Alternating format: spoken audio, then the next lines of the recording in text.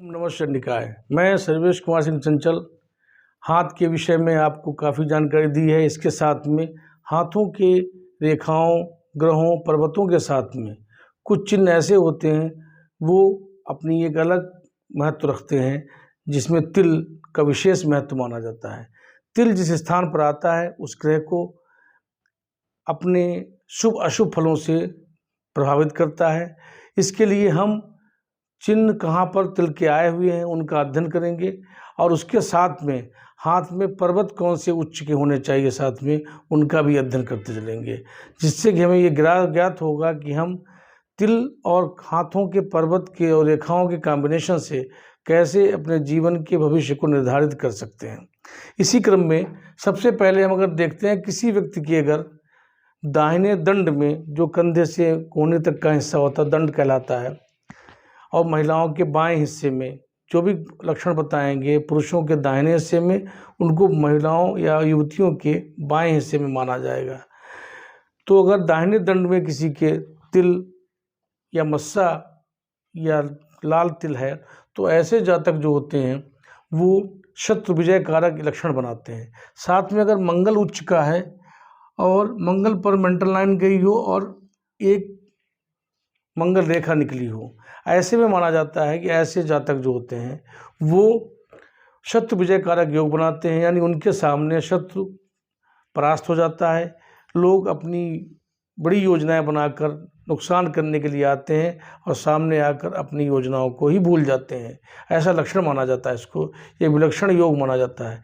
ऐसे लोग नेतृत्व की क्षमता रखते हैं। ब्लॉक प्रमुख, MLC, MLA आदि के शरीर पर ऐसा चिन्ह हाथ में पाया जाता है। साथ में ग्रह सब पुष्ट होने चाहिए।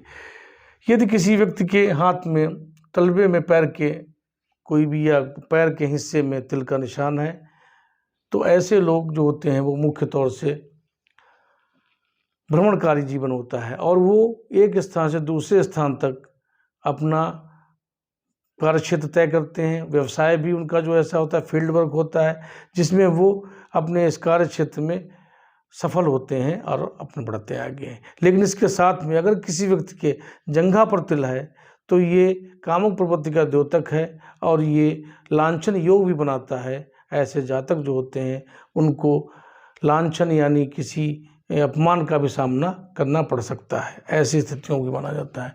इसके साथ में यदि गर्दन पर तिल है किसी व्यक्ति के तो ऐसे और ग्रह सब पुष्ट हैं तो ऐसे व्यक्ति जो होते हैं वो बुद्धिमान, धन संचय करने वाले और जीवन में सफल जीवन व्यतीत करने वाले होते हैं।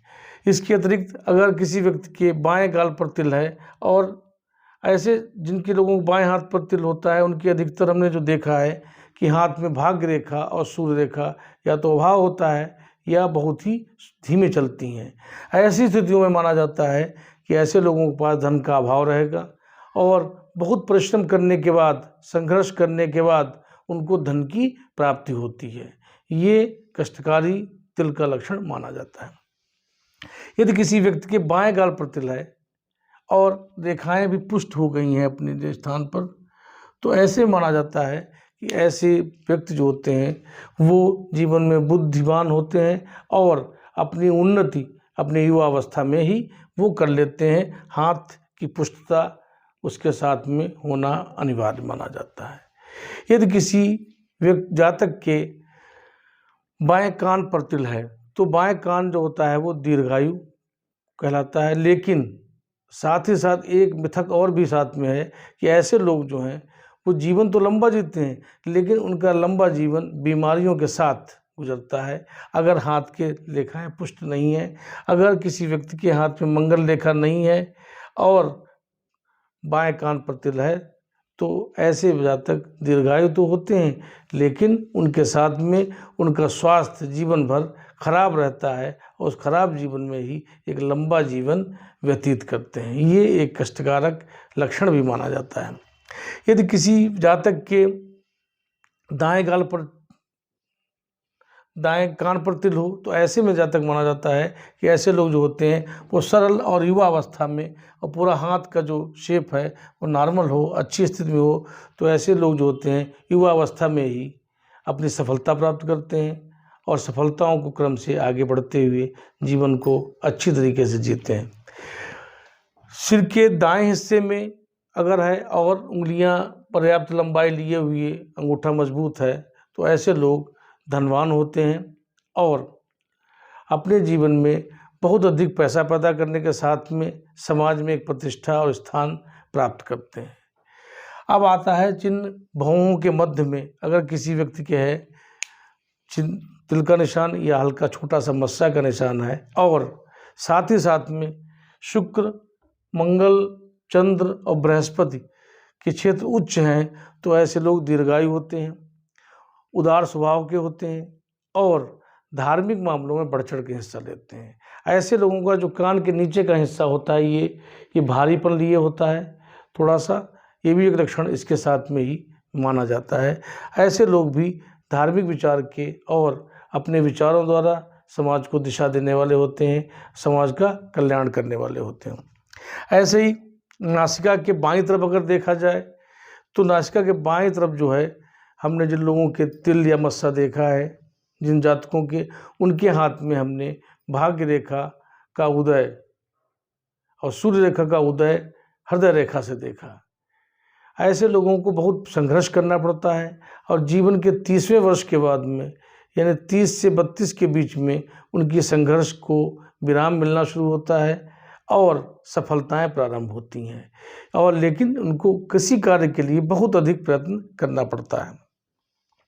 यदि नासिका के दाहिने हिस्से में तिल का निशान है या मत्स्य का निशान है, तो ऐसे जातक जो होते हैं वो सुखी, धनवान, ऐश्वर्यपूर्ण जीवन जीते हैं। ऐसे लोगों की लाइंस, पूर्ण लाइन हमने हाथ में देखी हैं और ग्रहों की पुष्टता भी देखी है।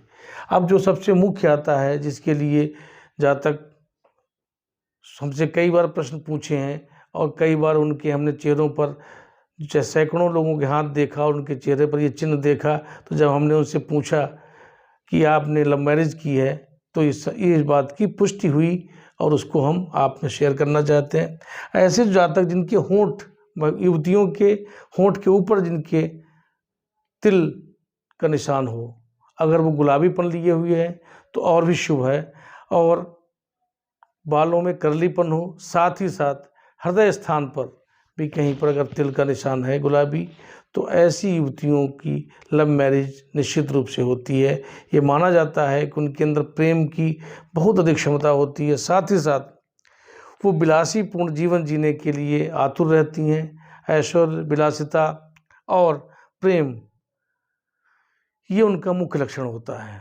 और पुरुषों में अगर चेस्ट पर किसी के गुलाबी तिल है, तो ऐसे जो पुरुष होते हैं वो भी प्रेम के मामले में बहुत बढ़ चढ़ कर आगे बढ़ते हैं और वो प्रेम संबंध में को ही पूर्ण करके अपना विवाह भी संपन्न करते हैं। ऐसे जातक जिनके चेस्ट पर तिल है और उनके चेहरे पर थोड़ा सा जो गोलपन, ओवल शेप है, तो ऐसे लोग लव मैरिज के लिए प्रयासरत रहते हैं और सफल भी होते हैं। ऐसे लोगों का जीवन में प्रेम विवाह और इंटरकास्ट मैरिजेस की भी संभावनाएं अधिक रहती हैं, जो लक्षण हमने बताए हैं अभी इस संबंध में।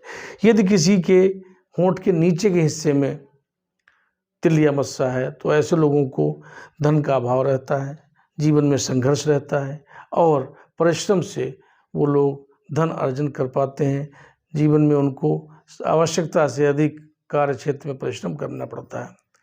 आपको हाथ के बारे में पूरी जानकारी दी, साथ में ग्रहों और तिलों के बारे में भी आपने अध्ययन किया।